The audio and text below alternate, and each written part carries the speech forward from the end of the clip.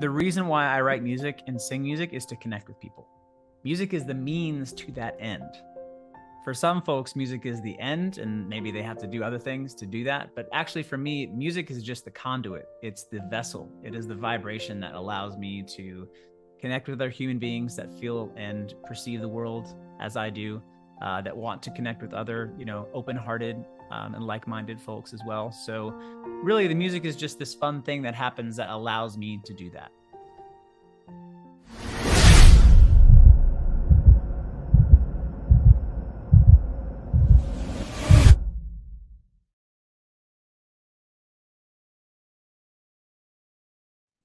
Welcome to the podcast today. Our guest is Eli Lev, and he is a multi-talented marketer, musician, business owner. You've been doing this music thing for a long time, Eli, but I think one of the things that's most interesting to me is he loves spreadsheets. And I found like a fellow spreadsheet lover, and that is not your normal musician introduction that you've ever had for a concert or any other time, is it, Eli? That's great. No, I should have them introduce me next time. And here he is, Eli Lev, lover of spreadsheets and singer-songwriter from Maryland. It's great. But I love that. That's, you were telling me that just earlier, because I think that's one of the downfalls of many almost, I would say 80% of musicians, when you start talking business or organization or just even a spreadsheet, they just glaze over and they're checked out. And I think that's a problem that you've obviously figured out how to address. So maybe tell us your story, how you've gotten to where you are, and let's have some fun chatting. Absolutely. Let's rock it. Thanks for having me on. I've been a huge fan of yours for a very long time, since we connected first at Modern Musician. So thank you for having me on the chat. Just a quick kind of rundown of who I am and where I come from. I'm from Maryland. I've been a career teacher my whole life. 6 years ago, I got my master's degree in English education and picked up an acoustic guitar instead. So I've been doing music full time for the last 6 years. I've traveled abroad and all over the USA, fans across different time zones all over the world. I've live streamed a lot, multiple streams on Spotify. So been building my own record label the last 6 years as an independent artist. Nice. And yeah, and what you were talking about, Jason, which is spreadsheets. I mean, really, spreadsheets is just the indicator of organization. I know folks who love paper, right? So I know folks who have like, the notebook still, who do like, the paper calendars. And if that works, great. What I have found is my go-to kind of place for organization is I use these two softwares kind of like together. One is Notion, which is kind of like a beefed up kind of spreadsheet app. And it's got interactivity to it. You can kind of customize your own pages. So it's just Notion, how you spell Notion. I've got my entire booking on there. I've got my media contacts on there. I've got my like daily vision magnet on there. And also Street Team, which is a CRM, which stands for Customer Relationship Manager for musicians. And I've been part of building Street Team with Modern Musician. And now I use it, and it is fantastic. So I'm a teacher, turned musician who loves to organize, essentially. So did you pick up the guitar for the first time 6 years ago, or you'd been playing as a kid? I have been writing ridiculous songs for my entire life, like just silly songs to entertain myself and a few friends. Nothing professionally by any means. I was in a cover band in a small country called Andorra in Europe for a few years. I was in like, a high school band where we just kind of messed around, but nothing serious until about 6 years ago. Got it. And so you said you got your master's in English. So were you a teacher in the school system for several years then? I was an 8th grade teacher on the Navajo Indian Reservation in northern Arizona for 3 years, right out of college. And then I taught in Israel for a little while and Andorra as well before coming back to the States to get my master's. Wow, very cool. Yeah. And so you've upgraded to the high-paid life of a musician from a teacher. Yeah, actually, I'm making more as a musician than I am as a teacher, which is pretty amazing. When people hear you're like you're a musician, it's like, oh my gosh, I'm sorry, that's terrible. But it's like it's pretty awesome if I get to do what I love and organize it in a way that can keep me successful and keep me happy and, provide for me and my lifestyle. When you talk about organizations, so I know through Modern Musician, you've worked with probably several hundred people now, and coached them and done classes for them. What do you see as kind of that for the normal, we'll call it the normal musician? What's one of the biggest kind of Achilles heels or problems that they have, for making it to be successful financially, I guess, as a musician? Yeah, it's Jason, maybe you know this, but it's just that mentality of understanding that their music is their business, not just a viral post, not a great song, not a big show. That whichever artist can understand that what they're doing is actually they're creating their own record label, they're creating their own business. Those are the artists that just crush it, because those are the artists that stay with it for a year, 5 years, 10 years. They understand that it's a business, and every business needs time to grow and to learn and to have failures and setbacks, but you're invested, with everything you've got. So any artist that I see that has the mentality of like, you know what, this is a business. If I have 50 fans, I'm going to send them emails and sell them things. Or if I have 100 fans, I'm going to live stream to them, you know what I mean? Once a week or once a month, so that we're, connected and they know my brand. Or if I have 1,000 fans, then you know what, I'm going to do a crowdfunding campaign. And I'm going to ask my top fans to stand up and see who wants to support me. And it just goes from there. So that's the thing that I've seen that makes, artists into musicians and entrepreneurs and successful musicians as well.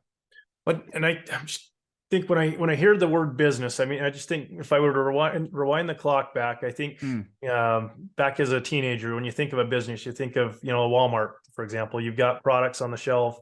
And I think sometimes when I've talked to musicians, they almost, when you say, you got to make it your business, does that mean I got to just get products? I mean, go a little bit deeper on what you see as, when you say business, what all does that mean? And what's the process, I guess, that these people need to be thinking about? I think that means that your fans in quotation marks are the most important thing out there. My fans aren't really fans. I call them levitators. My last name is Lev, levitation, cheesy. That's how I roll. But these are the most important people to me. And, those personal relationships need to be fostered and, connected to, and those are real people. And, you could consider them customers, but I think it's more than that. It's lifetime people who are going to connect with you and support you over a lifetime of music. So you can't really have those connections as deeply on social media. You can't really have those connections as deeply on stage. There has to be this kind of like back end where you're really kind of building that relationship with folks. And, I love that. I love connecting with people. I could see how some artists might shy away from that, where they're like, I just want to do music and that's it, but if you just want to do music and that's it, then great. You can do music and you can make songs, but that's probably about it. That's what's going to happen. So it's making that choice and making that commitment to the people who support you and fostering those relationships over time in an organized way with business in mind. And I think it just kind of building on what you've said here is when you think about business and you're selling something. I grew up in the banking industry. That was my first, I'll call it the first half of the career. I spent 12 years there. And when I was in banking, the big thing was, what can you sell to people? It was this cross-sell. And it got so out of hand. I wasn't at Wells Fargo, but I know Wells Fargo actually got sued. Oh yeah. By millions and millions of dollars because they sold all kinds of things to people that they didn't need. And it got out of hand. And I think the word selling has it's almost like a 4-letter dirty word to a lot of people, and it turns them off. And I remember sitting in some trainings one time, and the guy got up and he says, your job is not to cross-sell anybody. You're not selling anybody. Your job is to cross-solve and help solve problems and also serve.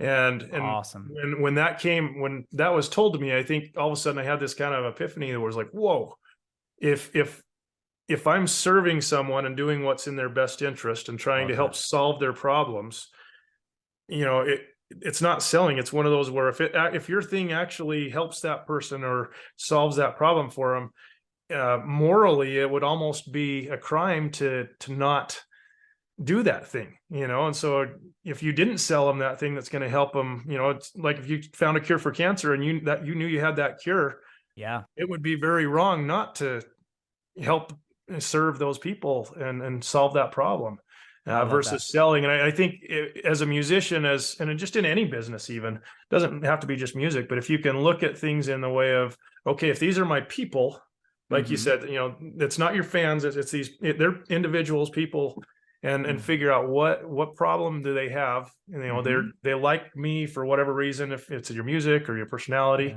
Yeah. and what can you do to serve and solve more problems or fill needs they might have.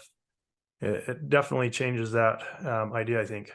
I love that. And I kind of interpret that as almost like, for me, that means providing a service, right? So what service is my music providing? How can people listen to my music in their cars? I can provide CDs. How can people, feel good and connected even when the world is shut down? I can live stream and give them a sense of community. How can people get out, and explore, the regions around their hometown and new places that they haven't been? I can go tour and, play at some new venues, or maybe their favorite venue. They can come see me there. How can they get a house show? You know what I mean? How can they experience their entire house like light up with just music and people? I can provide that service as well. So I love that process, and that's exactly it. You're essentially, how can you solve a problem? How can you provide a service? And then it's your job to figure that out and give people the option to take you up on that offer. Yeah.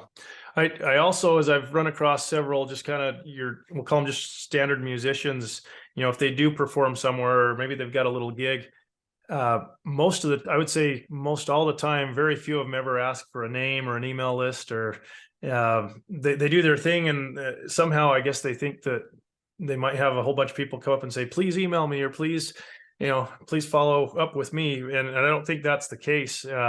What's been your experience, I guess? I mean, when you started doing the music as a career, did you just immediately think, I got to collect names and a list and I need to serve these people? Or did you?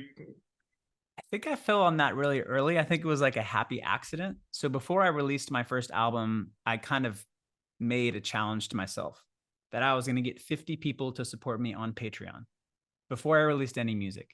So I needed at least 50 people to support me on Patreon to know that I should be doing music, and then I could release my first album.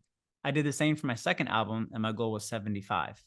I got it, released my second album. Then my third album was 100, and so on. So I built my community from the inside out, not on social media, but from actual relationships with people, and providing the service of, Patreon, which is essentially, monthly videos, extra Zoom calls, that personalized approach, and to know that people really did want to hear my music. Because if they didn't, then that's okay. Then I wouldn't do the whole thing.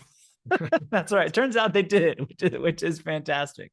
So yeah, and to your point on tour with the live shows, so this last tour, I had a pretty much a huge epiphany, which was more important than how much a venue pays me, more important than my performance, more important than what I'm wearing, more important than my set list, is the relationships that I can make at that show with actual people. That's beforehand, that's during, and that's after.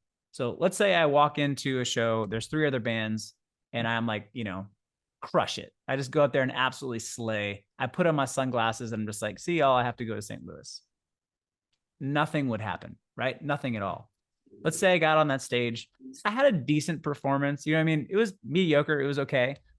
People liked it, but I stayed for every other band's performance. I gave tons of love, and I had conversations with everybody in that room and got people to sign up to my email list and texting. That show to me would be much more successful than the other model. So that was a huge epiphany for me. It's about the relationships that you can create with people at that space in a live event. Absolutely. I had a chance to sit down with Rick Barker last fall for a couple hours, and he was sharing stories about Taylor Swift and how she was getting started, and she would sit after everybody else had finished performing, and she was signing CDs, Yeah. and she would outsell these big name artists, country artists that she was touring with all over the place. And it was, I think, sticking out and just trying to make those relationships pays off, whether Yep. you're Taylor Swift or anybody else that's there too. Absolutely. I learned that from Michael Walker, who was on your podcast, who spent, 2 or 3 years of his life just like staying up until 4 a.m. messaging people on MySpace Nice. and going out to the lines, to his shows to talk to people who are lining up for the show they were about to do. So it's that extra mile. It's like, hey, I'm here. I also care, and I want to, connect with you as a person. That's going to really kind of set the foundation. So thinking about these systems a little bit, I think you get musicians that go out and you're interacting, and that's great. And I think the next place I see people fail is maybe what's the follow-up process. And Right. as I look back, I used to coach a lot of mortgage loan officers in my previous life. And one of the things that they always were hoping that there'd be some software that would come around and magically make them more successful as a salesperson. And it was very interesting in watching people who were supposed to be salespeople completely fail. And they would put all of their process. They'd say, okay, well, when I have this software, it will solve all my problems and it'll do everything for me.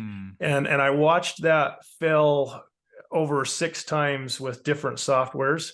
And these were good salespeople, but even though they had this gift given to them of a software that could send emails or, keep track of the process, they couldn't use it. And what I learned, what was really interesting is the softwares can do all kinds of things, but if that person who's actually trying to sell can't even just handle taking a piece of paper and maybe there's 4 things that need to happen. You're going to send a birthday card. You're going to make a phone call on this date. If they can't even handle doing those things, no software is going to solve that problem. I don't know whether you've seen that with musicians where all of a sudden they think some magic software is going to solve everything for them and make them successful.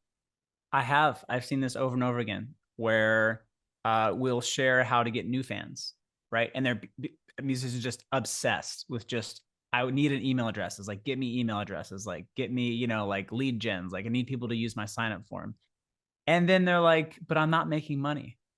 And it's like, have you offered anything to these people that you've just spent all this money, getting? It's like, oh, I sent like maybe like a newsletter like 2 months ago. It's like, yo, that's not going to cut it. You know what I mean? Like, we need to send a text every week just saying like, hey, how's it going? Here's a video.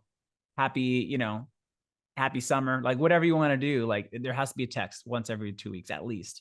For your emails, the newsletter is gone. There's no newsletters anymore. It's now you're having conversations with people one-on-one. It's not like, all these kind of like colors and photos. It's like, hey, this is Eli. How are you doing? What are you listening to lately? That's it. You know what I mean? It doesn't have to be a sell every time, but you send 1, 2, or 3 of those emails, then that 4th email, and you let them know that you have a new t-shirt and that you let them know that there's a live stream that you're doing, that they can come and get a special deal on that t-shirt. Now you're onto something. You remind them again, an hour before through text, hey, this live stream's happening now. You send them a follow-up email that they can do after if they missed it. Now you're turning those folks into, a steady revenue stream, and you're able to sustain yourself as a musician. So you could spend $1,000 getting, names and emails and whatever, but that doesn't translate to anything if you're not doing exactly what you're saying, which is fostering those relationships and making offers. Right. Well, I know with a lot of these systems, they call it kind of that nurturing the lead or nurturing your fan or your client.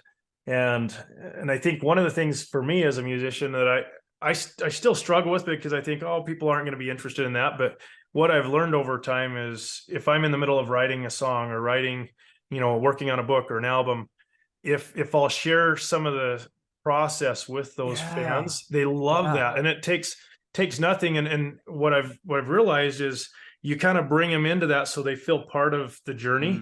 And all of a sudden, when you finally get around to having something they actually can buy, now they actually care about the thing. Right. And they'll support you in that.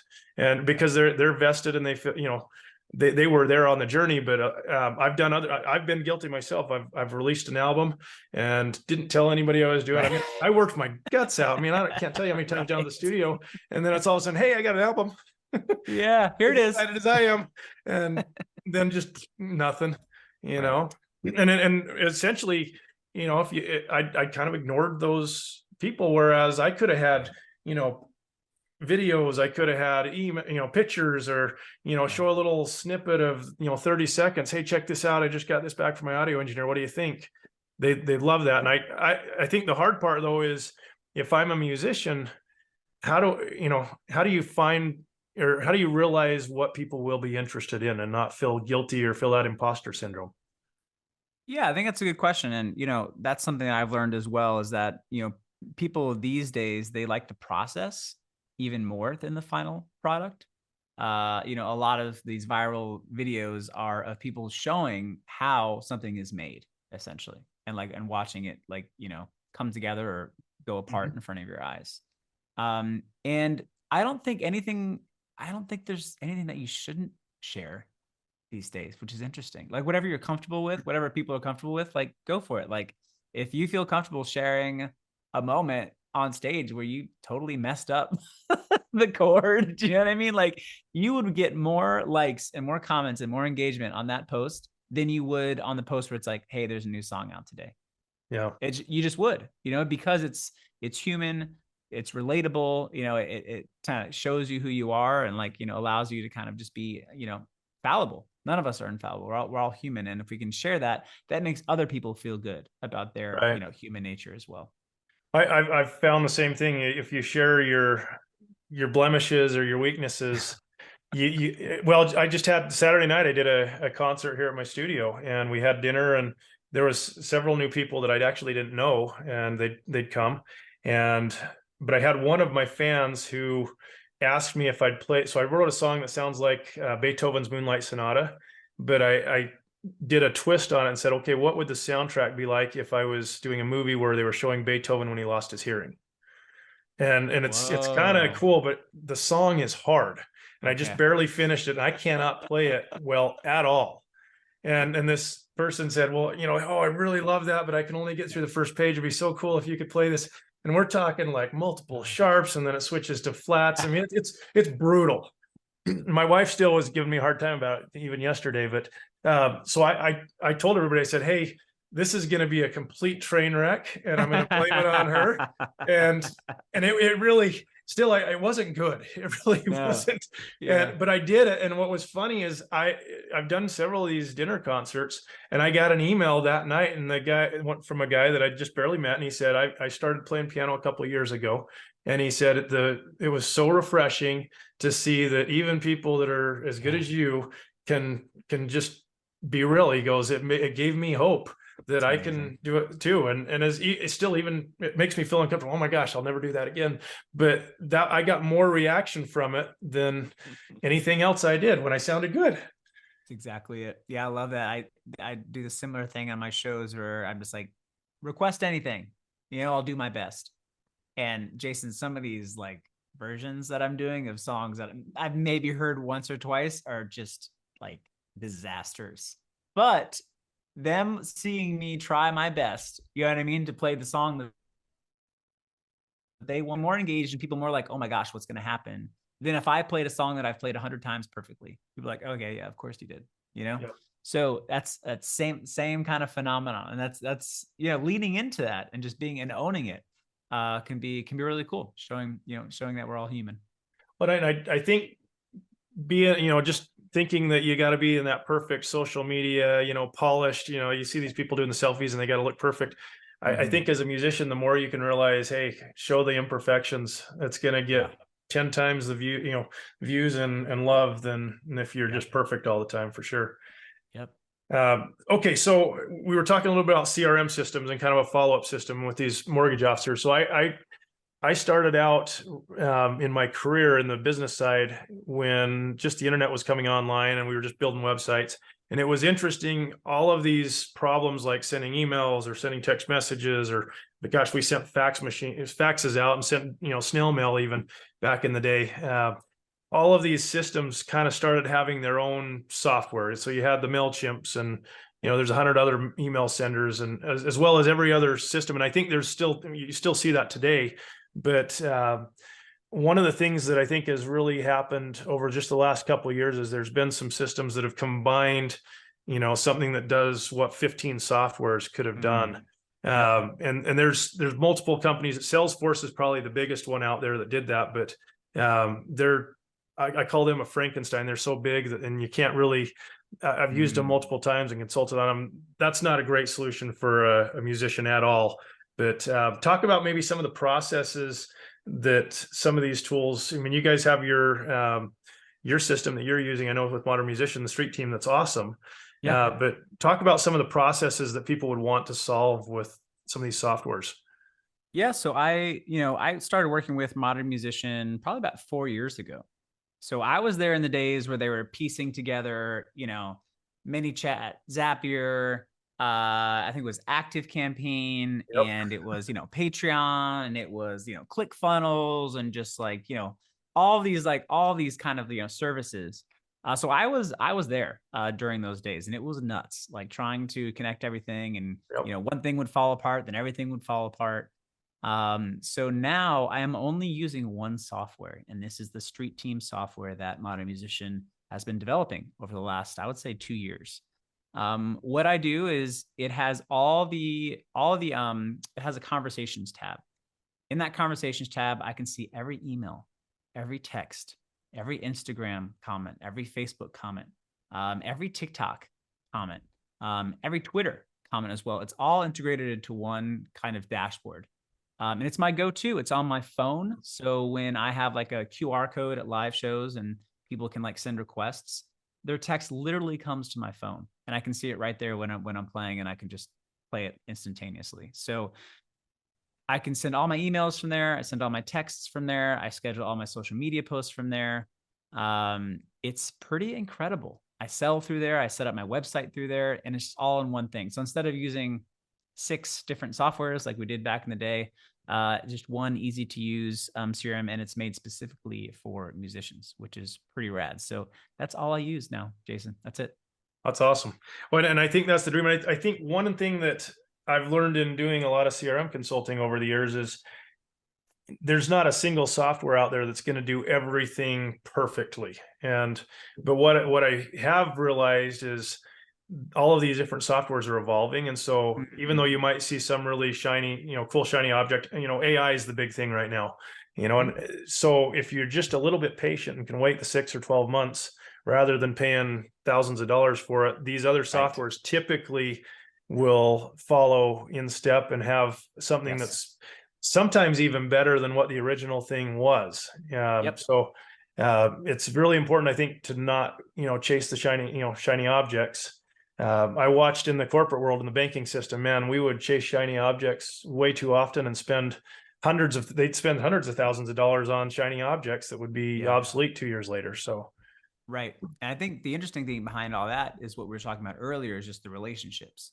So the relationships and fostering that doesn't change. It's just like the systems around it that might adapt a little bit. But if you're sticking true, you know what I mean, through, communicating somehow through these folks and letting them know what's going on, they don't know the behind the scenes stuff. They don't see all the, the gears and levers. So it almost doesn't matter. As long as you're having the relationships, great. But if you can find something or one thing that consistently allows you to do that, for me, it's, street team, then fantastic. That's what you want to yeah. go for. I think one of the things that I've seen, not very many businesses or especially musicians do this very well, but I know Russell Brunson talks about a value ladder, and I don't know whether you've got a value ladder built into your Oh, yeah. kind of process with your fans. If so, tell us a little bit about it. Yes, I live, eat, breathe, sleep value ladders. That's what I do. It is it's one of the most interesting. It's kind of like really just meeting somebody. You know what I mean? You're not going to go up to somebody and be like, "Hey, let's get married." You know what I mean? Oh, by the way, sorry, my name's, Eli. It's like, "Hi, what's your name?" You know what I mean? Like, where are you from? You know what I mean? Hey, this was fun. Do you want to meet again, in 2 weeks or something? Or, "Hey, I got the show. Let's do something fun together." It really is, the value ladder is just a way of describing in business terms what a human relationship would be over a long period of time.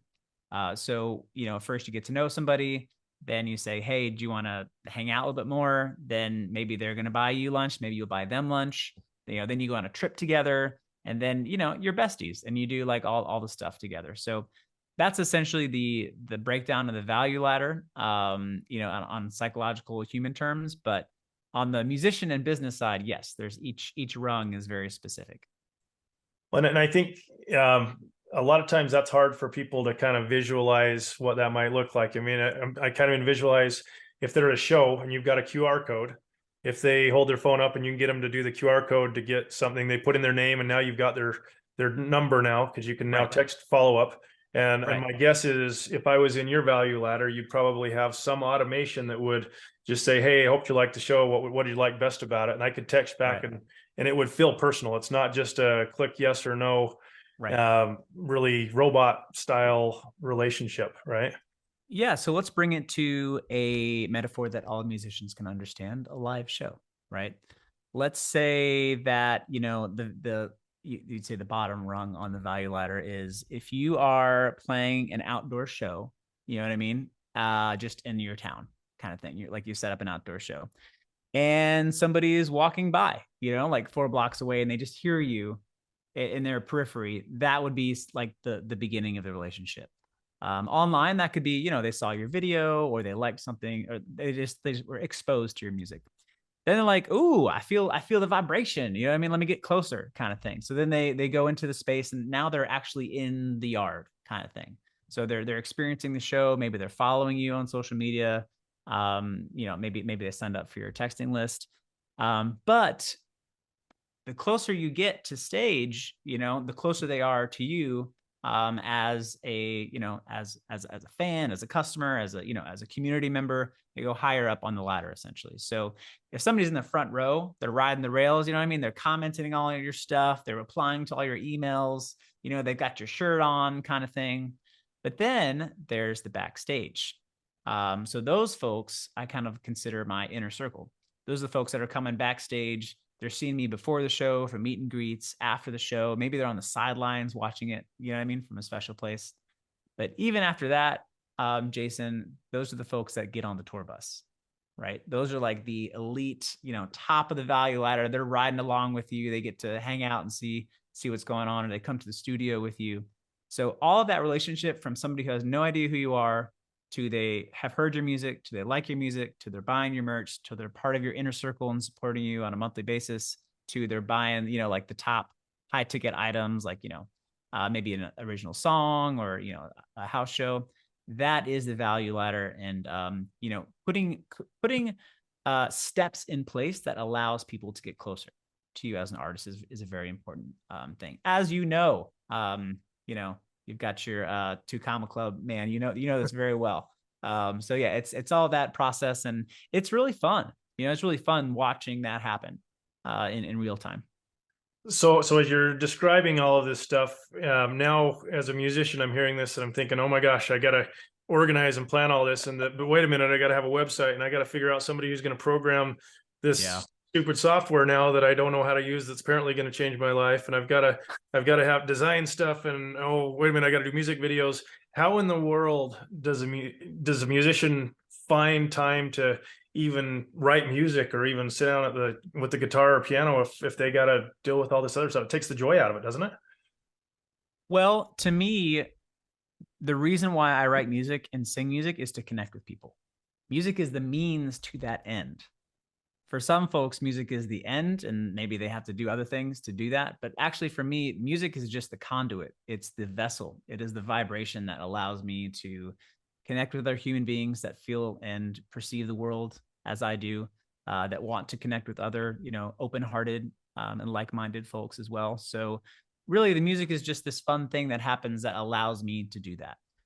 So thinking about it that way, everything that I do in music gets me there, and everything that I do behind the scenes gets me there. And writing songs is just another part of that. So all these pieces in place is essentially the whole, which is experiencing joy with others through music. Yeah. And you talked earlier about building a record label, and, so building a record label by yourself, there's a reason record labels had lots of employees. Yeah, so I can see that now. how in the world do you build a record label today? I mean, what have you found that works for you? I mean, are you going out and find, you got lucky and sat across the bar from a really smart web developer and a programmer and a designer? Where do you go if you're looking for somebody like that? Well, I think a good kind of way of knowing if you're ready to bring somebody on your team is if you've done it, You know how to do it, and now you don't have enough time to do it anymore. Or there's higher level things that only you can do, but other people could do what you did, essentially. So the first person that I brought on my team, like, I made my first website on Bandzoogle, right? Of course you can. It's so easy. It's so great. You know what I mean? You go in there, you put some things on, and you got a website. But then I realized that I needed more things on my website than I could do, and it was out of my skill level. I didn't have time to learn how to do web design. So, I found this incredible web designer. His name is Ross, Electric Kiwi from the UK. And he's been my go-to guy for the last 6 years. So if I need something new in my store, he does it. If I have like a whole new design, he does it. And that's outsourced. So he is my website guy. And that's, I started building my record label through that first. Same thing happened with booking. Jason, I booked all my shows the first 4 years as a musician. I booked my first cross-country tour. I understood what it took to send out the emails, do the research on Google, do the follow-ups, like plot out the points. Got to a point where I couldn't keep doing that and keep tracking everything. So I found somebody to help me with that. They are overseas, way out in Indonesia, but they helped me with booking. So whatever it is, that next task that you're like, you know what, I could probably show somebody how to do this. And it's just that time, money equation, right? So I'm gonna spend a little bit more money here, but I'm gonna get this much time that I can spend on higher level things. So my best and easiest advice is figure out how to do it yourself first, and whenever you hit your limit, just get somebody else to. Yeah, I think that's great advice. You hear a lot about people hiring VAs, and it's amazing what the overseas market has done. I've used onlinejobs.ph. It's a phenomenal site if you're looking for somebody in the Philippines. We've used Fiverr. I know we've done it's been probably 5 years now. We've got a guy in Serbia that does music videos for us. He's incredible. Nice. Yeah, Vlad. Vlad is his name. He's great. Shout out to Vlad in Serbia. But it's interesting if you're trying to just hire something because you're being lazy. I love that you're saying you need to learn how to do it first, because I think a lot of people will it's almost a little bit of a cop out. They're like, oh, I'm just going to hire somebody to do it. And what I've learned in doing multiple businesses is nobody's going to care about your business or your music or your thing as much as you will. And if you don't care enough about it to figure something out, then, don't be frustrated when somebody else doesn't care about it either. Because if you didn't care, then why should they? And that's a skill, Jason, that you've learned over time, is learning how to do something and then training somebody how to do it. That's like a required skill in order to scale a business. You cannot scale, if you're not able to do that. So a good example of this is me, finding media contacts, right? So it's taken me, I'm not even kidding, like 6 months to train somebody to do what I learned how to do. And it's building, standard operating procedures for every single step along the way, making sure that every single one has been, done accordingly, editing, proofing, making sure it's good. And then only then, after I've seen it done like 5, 6, 10 times and like to perfection, can I be like, okay, let's go to the next task. But I've had to learn how to do each of those. And then only then could I tell someone, show someone how to do that. So it takes time. But it's worth it in the end, because now I can focus on higher level things that no one else can do, except myself, my business. For sure. And I think one of the hardest things is when you do hire that person to come on, is being patient with them and not expecting them to know everything and just somehow be a mind reader, especially mind reader from, halfway around the globe, And I see sometimes, and I think the key is definitely being able to just evaluate, did I teach them well? Right. And if I didn't, if I felt like that person was capable and smart and cared, then, you owe it to yourself to learn how to become a good teacher as well. Yep, absolutely. That's it. I think that's what's been really hard. That's been a hard thing to learn. What's really fun is once you get to the point where now they're doing things better than you. Yes. And they pass you and you're like, they are. I don't even know how to do this anymore. Right. Tell me what you're doing. Yeah, exactly. But I definitely, I think that's when if you've scaled enough, that's when you hopefully are hiring a manager or somebody that can know how to do the thing and still ensure that it's, at least know that they've got your back and are going to help. So. Absolutely. Yeah, gosh, from a street, you talk about the software. Any other thoughts on CRM systems or Yeah, they're musicians not constantly taking that evolving. plunge? No, yeah, they're constantly evolving. And, I'm learning every week, every month. Like it used to be like the whole industry changed every, 10 years. Now, then it was every 5 years. And it was like, now it seems like every 6 months. I mean? There's something that comes out that just puts everything on its head. Like 6 months ago, we wouldn't necessarily be talking about AI as much as we are right now. Right. But, that's great. And, as you're saying, shiny object syndrome is a thing. So very early on, I realized, okay, I'm one musician. I can't get all my music synced and perform live and live stream on Twitch and go viral on TikTok and be a YouTube star and build my own website. You know what I mean? It's just like there's only so many things out there. So we And were talking find about, time to write music. That's the thing oh yeah, I wait, struggle with. music, Wait a minute, I got to do music. songs, and record it and release it. Yeah, exactly. So you can't do it all. And just, for me, finding exactly what my thing was and just leaning into it was really important. So for me, it was really just like free live streams on, Facebook and Instagram and YouTube. And that's been kind of like my pulse. I do these folk Fridays every Friday. I've been doing them for 4 years since the pandemic. And that is the pulse where I connect with my community. I ask them how they're doing. They see how I'm doing. We share songs. And it makes everything easier because everything can be built into that. So if I have a release, I can talk about it. If I have a new t-shirt, I can talk about it. If I'm going on tour, I can talk about it on Folk Friday. So that's like kind of like the place where I'm able to foster those relationships and let people know what's going on. So for some people, that's TikTok. For some people, it's Twitch. Whatever that community is, like just pick one. You know what I mean? Maybe it's Reddit. Like all good. Whatever works for you. Just like find your people, really lean into it, and spend the time to build and foster that relationship. And as you're saying, bring them up that value ladder. Bring them closer and closer to the stage, and then hopefully they get on that bus and ride with you until the end. Well, and I think the big thing is, before you dive into that fancy, shiny CRM software system that does everything, if you can't handle doing it on a piece of paper or in a very basic spreadsheet, if you don't know what it is you want to do first, right, the software is not going to be able to magically tell you what to do. And, so I think the key is so smart. just Yes. set set the goal of saying, I'm going to build a list of people. Well, find those 50 people, do it on a spreadsheet, do it on a, right. Maybe it's a paper sign-up sheet you pass around. Yeah. If you can't handle it on that, putting a QR code and having a system's not going to solve that problem for you. Yeah. It's like someone is just like gave you this like incredible samurai sword from like the 14th century. It's like, here's a samurai sword. And you're like, whoa, I'm going to put it on my wall. You know what I mean? But like, learning how to use it and like wield it and like all those skills, like that takes time. So absolutely. That's a huge insight, Jason. Yeah. So I just hope for most musicians out there, I mean, it's great to dive in and commit, and you definitely need to do that. But having a clear path of where you're going to go and then committing to it is, it will save you a lot of money and frustration and, help you be successful if you'll take it step by step and think of it like that ladder. You just value ladder. You're going a little rung at a time.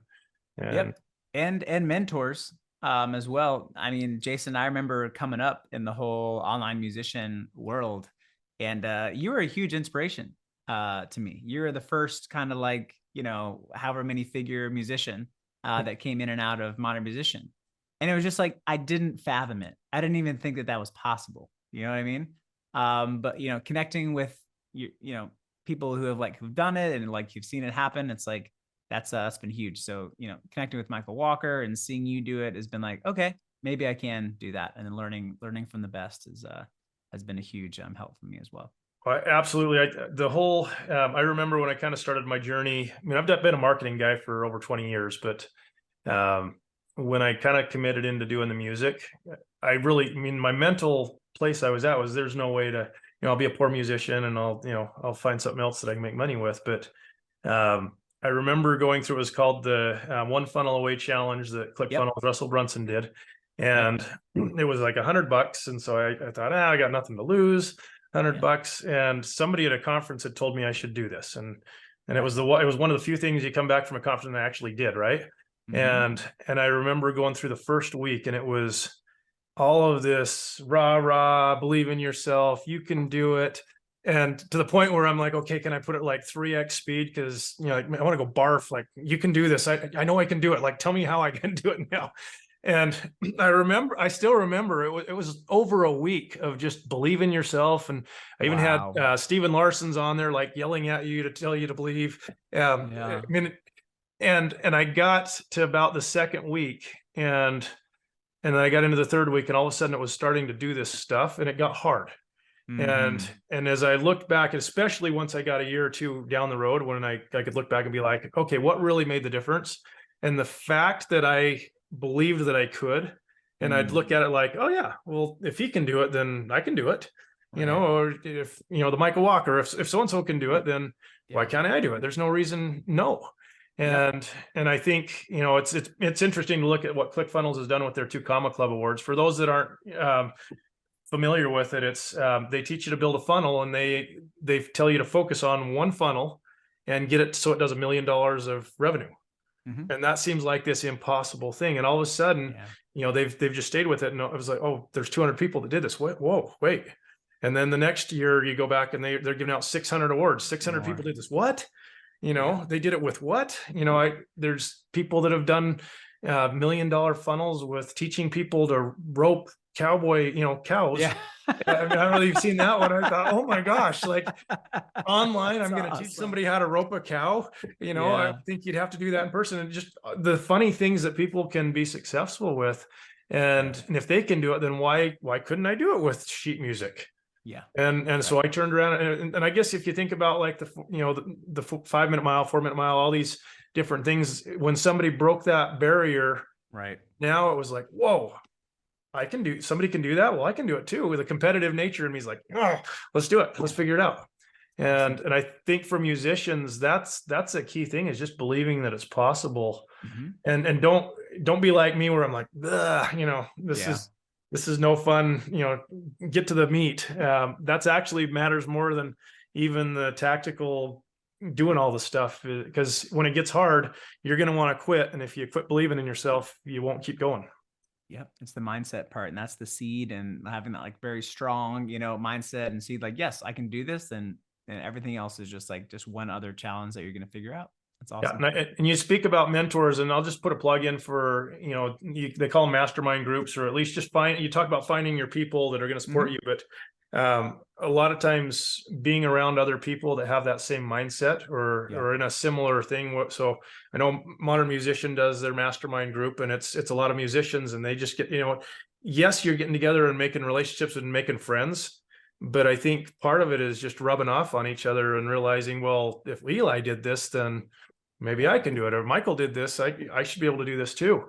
And don't underestimate the power of getting a group of a dozen or so people together, and definitely go have fun and play hard. But it's amazing the connections and the introductions and kind of doors that open when you step up and spend, whether it's $1,000 or $10,000, or let's call it $50,000.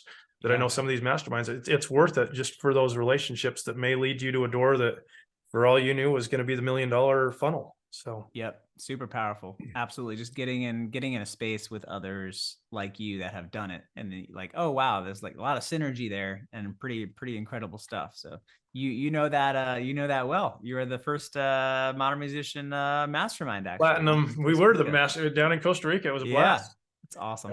We nearly drowned a person or two, but we had a blast doing it, right? Everybody survived. Thank goodness. Well, so anyway, there's a plug for those masterminds, and it's, I think the key thing with those is try to surround yourself with people that are smarter than you. Absolutely. Whether it's people that you hire or people that you're going to hang out with, because you typically are going to be very similar to the 6 or 8 people that you spend the most time with. So surround yourself with people that are going to lift you up and believe in you for sure. Absolutely. If you're the smartest person in the room, get out of there. Right. So Eli, let's we're about out of time, but I want, what is your definition of, the podcast is called Successful Musicians Podcast. Yeah. What in your mind, what's the definition of somebody being successful as a musician? Yeah, with all this talk of like, business and marketing, and, making it and all that, good stuff and organization. Honestly, to me, it really boils down to if you're happy with what you're doing. So, you know, I am a success right now because I'm happy with what I'm doing. I was a success 2 years ago, because I love singing. I love writing songs, love connecting with people. And if there is a happiness and a joyfulness in the process, then that is just constant success. There is no time, no matter what, every failure is just, in quotes, is just a part of the process. So it can't be wrong. Really kind of owning that and understanding and just realizing that it's a long-term thing. Being a success is just, it's so grand now that you might as well start enjoying every moment, because you're going to be waiting 20 years if you think one thing is a symbol of success. So that's my just very succinct answer, is just finding joy in the process along the way. And then you talked about 20 years. And I think the key is if you're having that happiness and enjoying what you're doing, you look back 20 years backwards and that's probably about the time you may find whatever the success that maybe everybody else thought was in their mind what success was, but you figured it out being happy all the way along. That's great. Yep. Great definition. Awesome. Well, last question for you. What's the best advice you've ever been given about being a musician? Best advice that I've ever been given about being a musician. I don't know where I heard this, but I can't remember if it was one of those like just like Spotify things that came up and it's like, oh, here's somebody who's going to tell you about something. I can't remember. But I think it was just don't stop. Like just keep going. You know what I mean? Like I've had like, terrible shows. You know what I mean? 5 people have come to shows. 0 people have come to shows. You know what I mean? I've played to bartender and a sound guy and their dog before. But I've also played to, 500 people, like, at this amazing, venue in DC. And, I've heard people say my music is great. And I've been on a doorway when someone's walking out of a show and said that I was like crap. Like they liked all the other artists except me. You know what I mean? And it's like, I wear that with the badge of honor, because it's like, I didn't just stop. You know what I mean? It's not like one day I'm just going to be like, oh, I'm done. I will be done maybe one day, but when that happens, it's like, okay, that's great. So I would just say, don't stop, keep going, as long as you're finding joy and happiness in what you're doing. That sounds like some lyrics to a very successful song you may have to go right now. Don't stop, keep going, keep finding success and happiness with what you're doing. So, Eli, thank you. This has been fun. I think you've had a lot of good insights that I think musicians need to hear, and it wasn't the typical interview, which I've loved. You've been my spreadsheet buddy, right? Yeah, we're spreadsheet buddies, ride or die now, Jason. But Awesome. if all whoever's listening to this, whatever you take away, that organization and really kind of believing in the business, just you owe it to yourself to learn the business, and you owe it to your fans. If you feel like you got something that's worth sharing, please share it. And hopefully this podcast is something that people, if you feel like it was worth your time and I think it'd help somebody, please share it, pass it along. And Eli, we got to do this again. I think we've got all kinds of other directions we can go that would be really helpful for musicians down the road. So thank you. Absolutely. Thank you, Jason. You're an inspiration to me, and I'm incredibly honored that you asked me on. And I've had an absolute blast. Appreciate you. Awesome. If anybody wants to go check out Eli, where should they go listen to your music or learn more about what you're doing? Yes, I am on your local Google machine. Type in Eli, E-L-I, and my last name is Lev, L-E-V, as in victory. You found me online, all streaming platforms, and I have a community called the Levitators. So if you want to see all the gears in action and what happens, what I do, this is what I do, and how I learned from other musicians. Join the Levitators, go to my website, see what happens, and you can use it and take it and, make it your template for your own community. Awesome. Thanks, Eli. Appreciate your time today. Thank you, Jason.